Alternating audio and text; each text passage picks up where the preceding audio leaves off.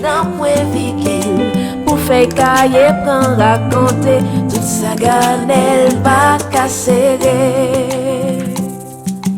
Des mots qui répondent, des phrases qui croquées, paroles qui pas écrites, tout ça m'a pas qu'à dire. Parfois l'idée baille mon poteau, écrit si beaucoup de bas au clos. Ça ou pas qu'à ouais, ça ou pas attendez, qui ça ou qu'à fait les mots cachés. Vini non.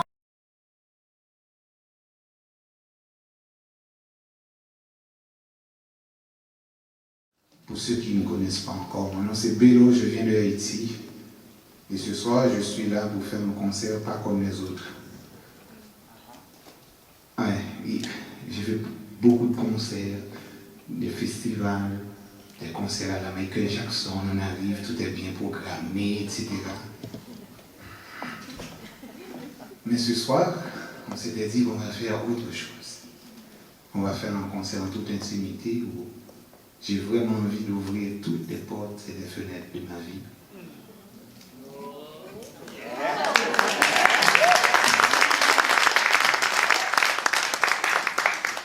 Et donc je vous préviens, il va y avoir beaucoup de parlabilité ce soir. C'est pas des formations professionnelles, moi je suis comptable de formation. C'est vrai en fait. Vous ne voyez pas. Je suis comptable de formation, donc j'ai étudié la comptabilité pendant 4 ans.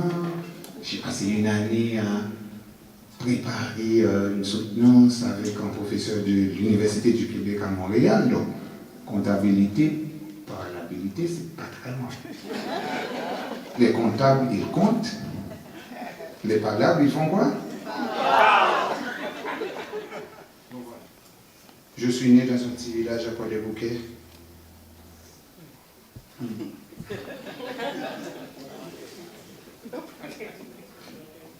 Oui, Croix-des-Bouquets. Croix-des-Bouquets. Je sais maintenant, quand on parle de Croix-des-Bouquets, on pense à autre chose. Mais je suis quand même fier de dire que je suis né dans ce petit village de Noailles à Croix-des-Bouquets. D'un père coq de village. Vous savez ce que ça veut dire?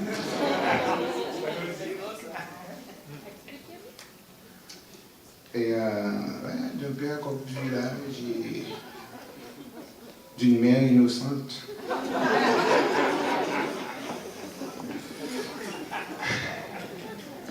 Je suis né dans une famille de 6 enfants. Je suis le 5e. Et donc dans mon village, quand quelqu'un, il est chauve comme mon papa, il a un gros bidou, il a un peu d'argent, il a un vélo, quelques bétails, on dit qu'il est un bourgeois. On dit qu'il est un grand don, un grand nègre. Comme quoi? Alors, est-ce qu'il y a des étrangers ici ce soir? Non? Est-ce que je peux voir mon public déjà? Un petit peu, s'il vous plaît. Je ne vois pas encore les visages. Est-ce que je peux voir les visages un tout petit peu? Tout petit peu, voilà. Il y a des étrangers haïtianisés. Des étrangers haïtianisés, ok. Voilà. Et donc on dit qu'on est un grand nègre, mais ce n'est pas péjoratif, hein, parce que chez nous, nègre, c'est correct. Et j'ai même déjà entendu des gens qui disent, tu vois ce blanc, c'est un bon nègre. On s'entend, ok? On ne parle pas d'une chose bizarre. Et donc j'ai grandi avec cette idée que un grand nègre, c'est quelqu'un qui a beaucoup d'argent, beaucoup de possessions, beaucoup de femmes, beaucoup de. Mais j'ai toujours trouvé ça injuste, moi. J'ai toujours voulu redéfinir ce mot, en fait. Pour moi, un grand nègre, c'est quelqu'un qui a un grand cœur. Pas une grosse poche. Mais c'est bien d'avoir de l'argent, c'est pas comme si... Hein? Si on a les deux, c'est bingo. Et donc ce soir, à Montréal, mon public qui a fait le déplacement pour entrer dans mon intimité va chanter Grenade comme ça. Est-ce qu'on a des nouveaux Grenades ici ce soir?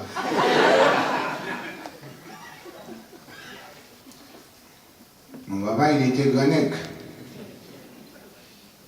Mais c'est pas lui qui m'a élevé. C'est ma maman.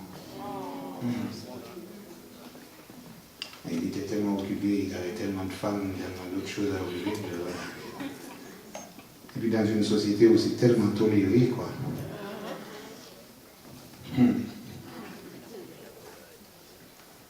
Sur chaque 10 amis, il y a peut-être un qui n'est pas un enfant monoparental.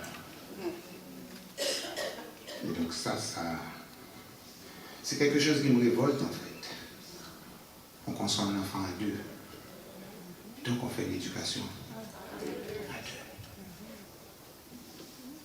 Et pour rendre hommage à ma maman,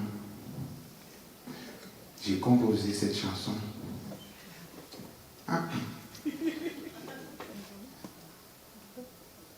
Je donne la parole à un homme. Un homme qui, tous les matins, se lève, va dans les rues, il est vendeur de tout pour faire l'éducation de ses enfants.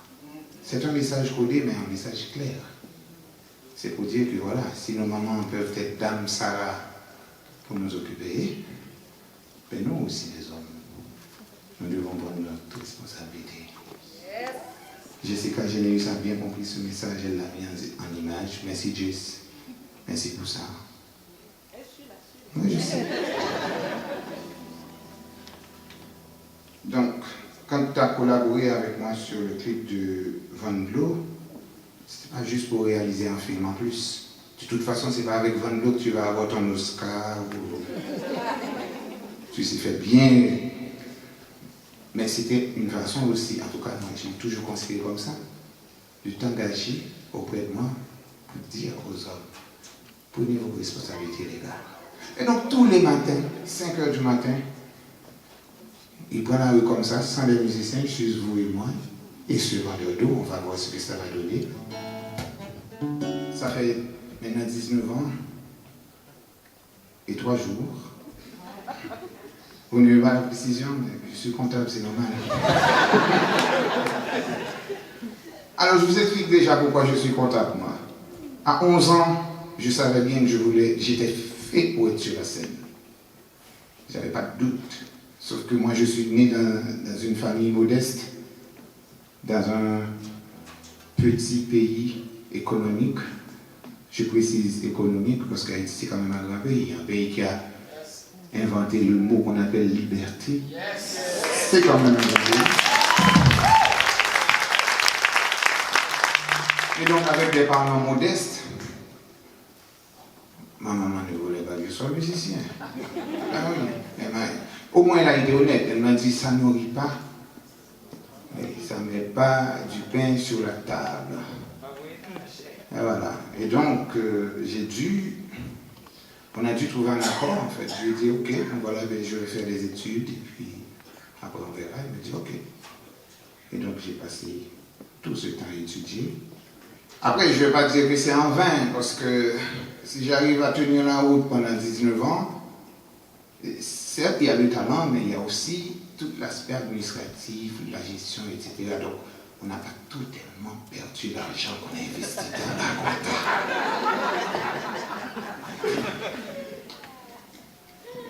Mais que voilà,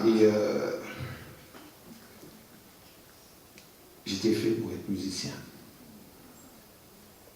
J'ai jamais été à l'école de musique. Mon premier contact avec un instrument, c'est-à-dire de près, j'avais genre 17 ans. Vous imaginez. Et je suis un musicien né. Mais je suis surtout un artiste par devoir, par besoin, par nécessité de dire des choses. C'est ça toute ma mission. Sinon, je vais au bureau, moi. Et donc, j'ai commencé à jouer à la guitare, j'avais quoi? 17 ans. Et encore, comment est-ce que j'ai commencé à jouer à la guitare? C'est parce que justement, j'ai commencé à 13-14 ans à composer vraiment des chansons, mais c'était des chansons qui étaient monotones, c'était déjà des bons sujets, mais comme je ne connaissais rien en harmonie, etc., donc j'ai fait des chansons très monotones. Je suis allé voir quelqu'un une fois pour lui montrer mes chansons, et je lui ai dit, j'ai plein de chansons, on est prêt pour faire un album. Il m'a dit, ok, chante-moi une première. Bon, je l'achète une deuxième, je l'achète la troisième, il me fait comme ça. Il me dit, vas-y. J'ai dit, mais comment tu sais? Il me dit, parce que toutes tes chansons sont dans la Bible. J'ai dit, mais non, c'est pas la même chanson. Ça parle d'une femme, ça parle de la rivière. Il me dit, oui, sauf que musicalement, Bélo, ça va pas le faire, ça va vite être fatigant. Je lui dis, c'est quoi la solution? Il me dit, il faut que tu apprennes à jouer un instrument. Déjà, école de musique, il y en a très peu. Et moi, dans la classe économique que j'étais, de toute façon, ce n'était pas une priorité pour mes parents. Donc, école de musique, et moi, ça fait deux. Et un ami m'a aidé, m'a appris les bases. Et c'est cette base qui, jusqu'à aujourd'hui, me suit et qui compose des chansons que ces messieurs qui ont été au conservatoire, etc., ils jouent avec plaisir, oui ou non? Ils jouent avec plaisir. Et donc la toute première que j'ai commencé, que j'ai composée, elle s'appelle Diori. Non, vous allez bien comprendre. J'ai mis dans cette chanson tous les accords que je connaissais. Les musiciens se demandent, mais pourquoi il y a un premier bridge, il y a un deuxième? C'est quoi cette partie? Je lui dis, je connaissais l'accord, il fallait le mettre. Je vais vous montrer, ça va être funny. C'est vrai. Ça sera peut-être la deuxième fois que je vais la jouer celle-là.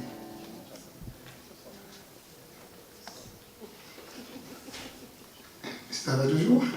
Oui. Ça raconte l'histoire d'un petit bonhomme. En fait, non, c'est pas comme ça que je dois le présenter.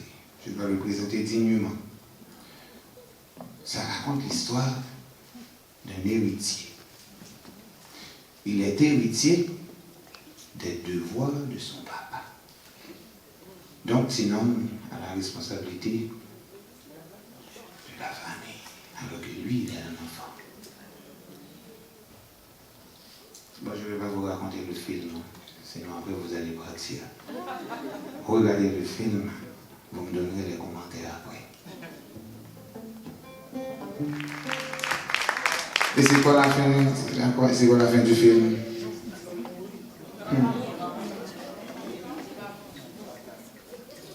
Bon, cet homme, lui, n'est pas mort, mais je crois que son village finira par mourir. Parce que dans un pays essentiellement agricole, vendre du bétail pour acheter des motos, c'est pas un choix intelligent. Est-ce que je peux encore voir mon public et entendre mon public?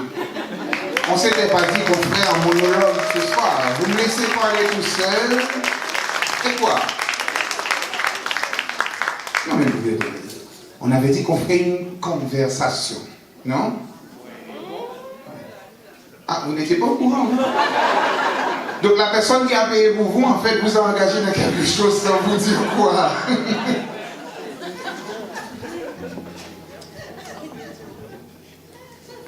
J'ai composé cette chanson récemment, il y a peut-être 4-5 ans, je ne sais plus. Parce que, effectivement, j'ai vu ça aller de mal en pire. J'ai vu qu'il fallait plus faire de poésie, qu'il fallait être un peu plus frontal, en fait, avec ce message qui s'adresse à mon peuple. Peuple fier, peuple fort. Tout ce qu'on sait de Haïti ou tout ce qu'on ne sait pas de Haïti, mais aussi le peuple qui a besoin de se réunifier en fait. Tout adjectif qu'on peut mettre après haïtien qui parle de fierté, ça découle d'une unité, ça découle vraiment de l'unité de nos ancêtres qui nous ont donné la liberté fièrement. Mais maintenant cette unité, on ne peut pas se dire 220 ans, 224 ans plus tard, on peut la laisser de côté. On Moi, je pense que c'est l'élément clé, l'élément fédérateur, en fait. Ce qui fait que je suis haïtien, tu es haïtien, et que on sent qu'on a quelque chose en commun. C'est ça, en fait. C'est l'union de plusieurs tribus, des gens qui sont venus de différentes tribus en Afrique de l'Ouest, qui se sont retrouvés sur une terre où il faut d'abord créer une langue. Bon, c'est pas à l'académie, hein, c'est sur le champ, en étant esclave. On a créé une langue. Moi, j'ai beaucoup de respect pour ma langue. C'est pas pour rien que tous ces textes ce soir, tous les textes que je vais vous chanter, c'est de ma langue natale, parce que c'est une langue poétique, c'est aussi une langue historique, en fait.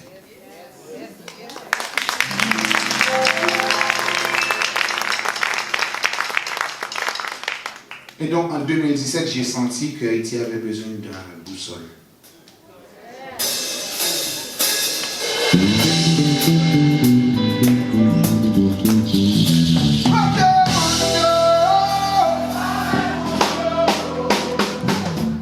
Est-ce que vous connaissez un équivalent, un mot qui pourrait traduire Tilandin? Mais Patricia Soldati. Première définition, c'est je ne trouve pas. Qu'est-ce que vous dites? Tilandin, ça vous évoque quoi? Ça veut dire quoi? T'as trouvé? Vas-y. Petite peste. Ok. Et donc à 40 ans, j'ai sorti un album qui était mon 6e album studio. Et sur cet album-là, j'ai composé avec Jean-René Pascal, un des grands paroliers haïtiens, une chanson qui s'appelle Tilandin. En fait, le but, c'était pour dire à la jeunesse de mon pays, regardez-moi, moi je suis un enfant de la classe moyenne. Et quoi?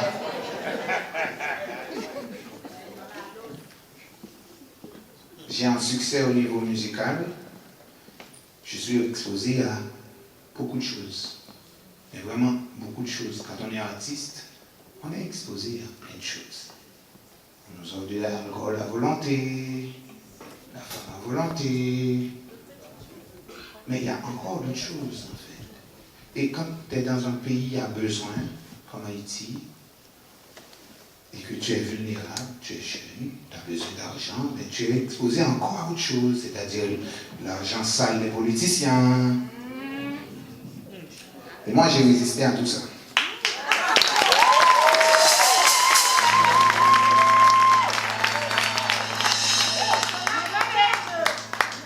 J'ai réussi, moi. C'est vrai, j'arrive pas à remplir cette salle ce soir.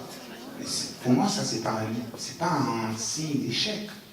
Parce qu'il y a quand même des gens conséquents qui ont laissé tout ce qu'ils avaient à faire pour venir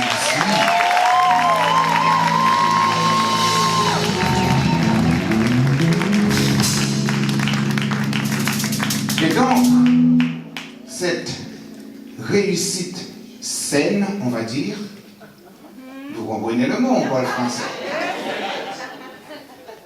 Je voulais exposer cet exemple, en fait, ce modèle à la jeunesse de mon pays. Moi, je ne suis pas une star, je ne roule pas en limousine, rien de tout ça. Hein? Mais je vis bien ma vie. C'est-à-dire, le soir, moi et mon oreiller, on s'entend bien. J'ai inventé cette expression. Moi, j'ai la conscience propre. Mais ça n'existe pas, je sais. C'est pas français. Mais moi, j'ai une conscience vraiment tranquille. Et donc, j'ai invité les jeunes, j'ai invité vous qui êtes là, à crier, mais vraiment de toutes vos forces, sur les jeunes pour leur dire, écoutez, vous êtes vulnérables, vous avez des besoins, mais votre dignité est plus importante que toute chose. Et donc à chaque fois, je lève la main, vous faites, hey! Est-ce qu'on est prêt? Chez nous, on dit, le rose au pli. Il faut que je vous raconte l'histoire de cette chanson, en fait. Les gars, c'est la récréation. on va faire la parabilité. J'avais un concert le 16 janvier dans une scène nationale en Guadeloupe, à Basse-Terre, l'archipel. Et ils m'ont demandé de partir 5 jours avant. Et ma femme me dit, mais c'est bizarre chérie, le concert il est samedi. Et toi tu parles lundi. Je dis, je ne sais pas, moi, ils m'ont demandé de venir, voilà, j'y vais. D'accord. On se comprend. On se parle en bonne personne ici, hein. Bon, parce qu'en fait, d'habitude, moi, je pars la veille, 2 jours maximum avant, on fait une journée de répète, parce que quand même, je me fais accompagner toujours par les bons musiciens, que je me demande d'habitude.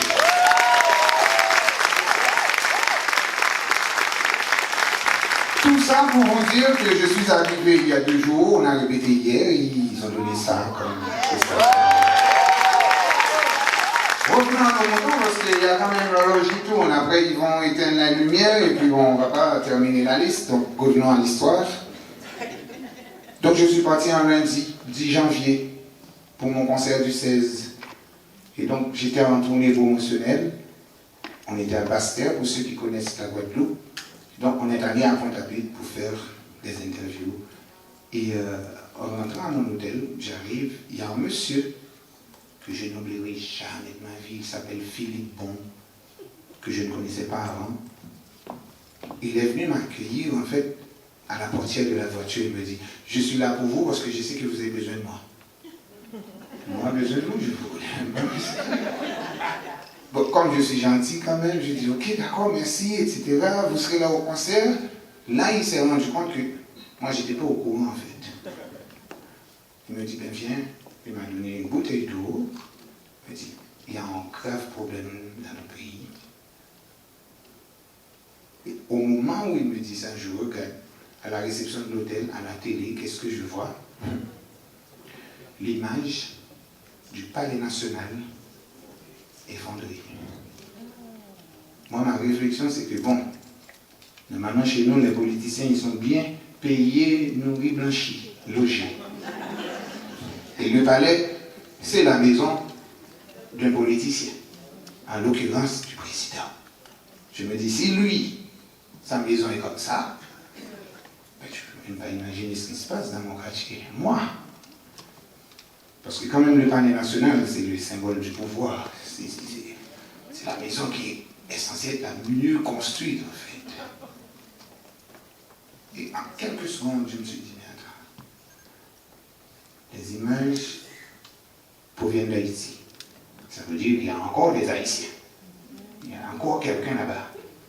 Sur les 12 millions qu'on est, même si 11 999 000, s'il resterait encore un homme et une femme connaissant mon peuple.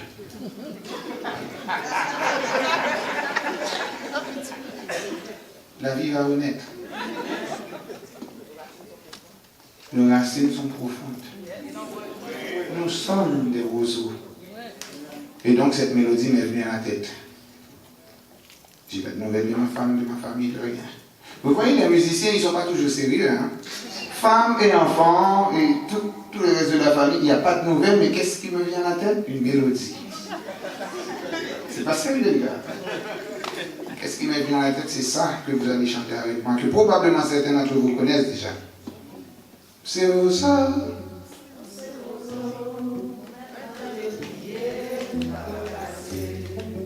Vous c'est au sol.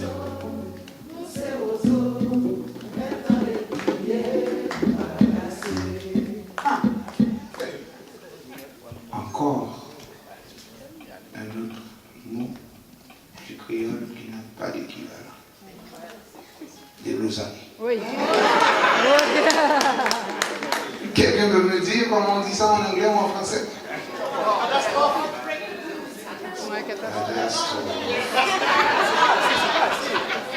C'est pas assez fort. C'est pas assez fort. Moi, je trouve que c'est pas assez fort. Des blousailles. Excuse me, how do you say? Comment? Foubar. Ok, ouais, je connais ce mot. Donc vous voyez que ça pourrait être l'équivalent de débroussailles? Je ne suis pas certain, moi. Chambardement. Vous voyez, pas besoin de vous faire la publicité de la langue créole. Une langue qui a été créée il y a seulement 200 ans, plus ou moins. Plus ou moins. Une langue qui a été créée il y a plus ou moins 200 ans, qui est poétique, on ne peut plus. Et puis, qui a des mots qui n'ont pas d'équivalent. C'est pas spécial, ça. Sauf que là, on va parler de quelque chose qui peut-être a des équivalents autre part. On va parler d'une scène de jalousie.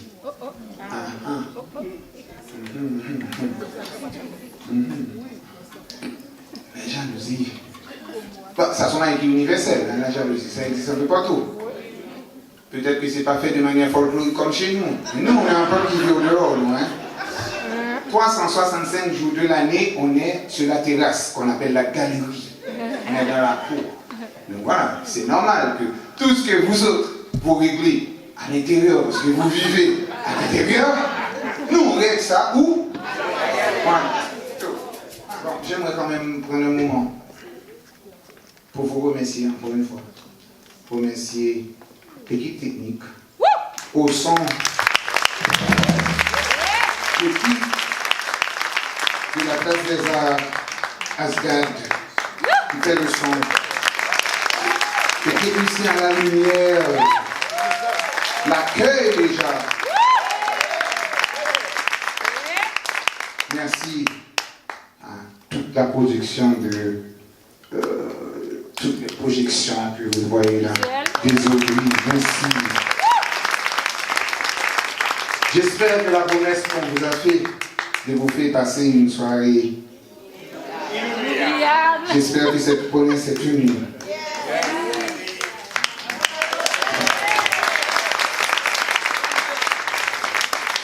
Merci, nous sommes officiellement rentrés dans l'année des 20 ans de Bello. Puisqu'on vient de clôturer les 19 ans accomplis. Donc, majeur et vacciné.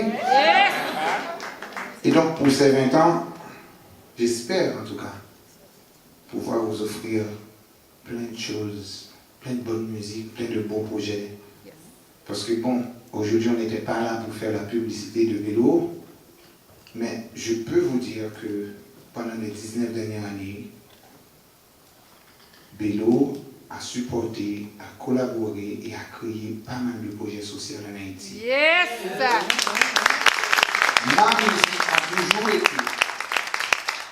Ma musique a toujours été en fait un support à mon travail social. Donc, c'est ce qui a donné naissance à un projet comme Femme à aimer. Je ne sais pas si vous connaissez, en fait, je vous ai c'est quoi Femme à aimer? Voilà. C'est un concert qu'on organise chaque 14 février à la prison civile des femmes, où on amène des artistes, on amène des cadeaux, on amène de l'espoir, on amène des journalistes pour dénoncer les mauvaises conditions de détention préventives, prolongées, trop prolongées. Moi, ma musique sert à ça, en fait. Ma musique sert à donner une voix à ceux qui n'en ont pas. Ma musique sert à dénoncer, à prévoir, à annoncer, à éduquer. Donc c'est ça en fait. Pendant les 19 dernières années, c'est ce que j'ai fait. Bien sûr de la bonne musique. Bien sûr. Pendant les 19 ans, j'ai pu voyager partout dans le monde. J'ai dû faire des concerts dans des destinations vraiment peu probables. Genre le Vietnam, je ne sais pas, la Roumanie ou l'Uruguay ou et j'en passe. L'Argentine, le Brésil, l'Uruguay, j'en passe. J'en passe. Pour représenter fièrement mon pays, pour donner une voix aussi à Haïti. Il y a une question quelque part ici?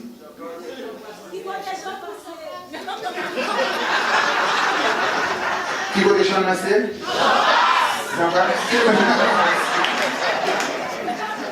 Ça a bon, il nous met dans le bravo.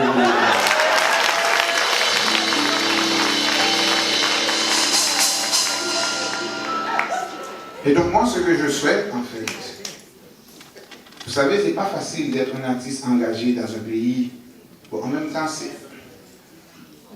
c'est bizarre parce que je pense que Haïti a besoin des artistes engagés. On a besoin de citoyens engagés.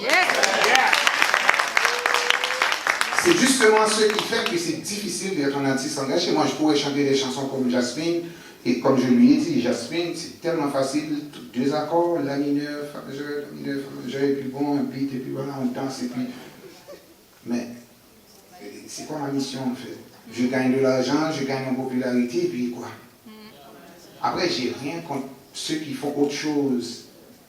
Mais moi, j'ai une mission. Et donc, je veux rester fidèle à cette mission. Et cette mission-là, je ne peux pas l'accomplir sans vous. Je sais, vous avez... J'ai un public qui a plus de 40 ans maintenant. Donc, vous avez des enfants, vous avez d'autres occupations. Quoi? Ok, on va allumer la lumière. Non, on va allumer la lumière. Écoutez, moi je suis pas là pour vous froisser. Regardez-moi la moyenne d'âge ici. Est-ce qu'on est majoritairement jeune ou majoritairement moins jeune ici?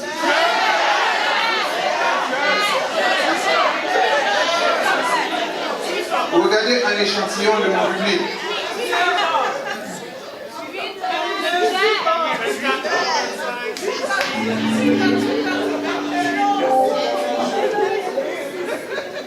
Maintenant, ce qui arrive, c'est que souvent, assez souvent et même trop souvent, je vous entends dire, ah, c'est pas possible, un artiste comme Bello, il devrait être là, Sauf que vous aussi, vous êtes responsable. Parce que vous aimez Bello, mais vous ne manifestez pas ça. Alors, maintenant, mais écoutez, je suis le pasteur qui prêche pour des fidèles qui sont déjà à l'église, là. Donc, on s'entend. Quand je dis vous, je ne parle pas à vous, puisque vous êtes ici. Mais je veux dire, le vrai public de Bello, en fait, occupé avec le travail, occupé avec des enfants, on n'est pas toujours capable de trouver un babysitter, etc. Mais sur les réseaux sociaux, au lieu de me donner de la force, qu'est-ce que vous faites? Vous vous acharnez à vous attaquer à ceux qui sont dans la direction opposée à moi. Donc vous dépensez vainement votre énergie à dire ah, ça pas bon, ça pas bon. Alors que la démarche à faire, en fait, c'est juste supporter ce que vous voulez.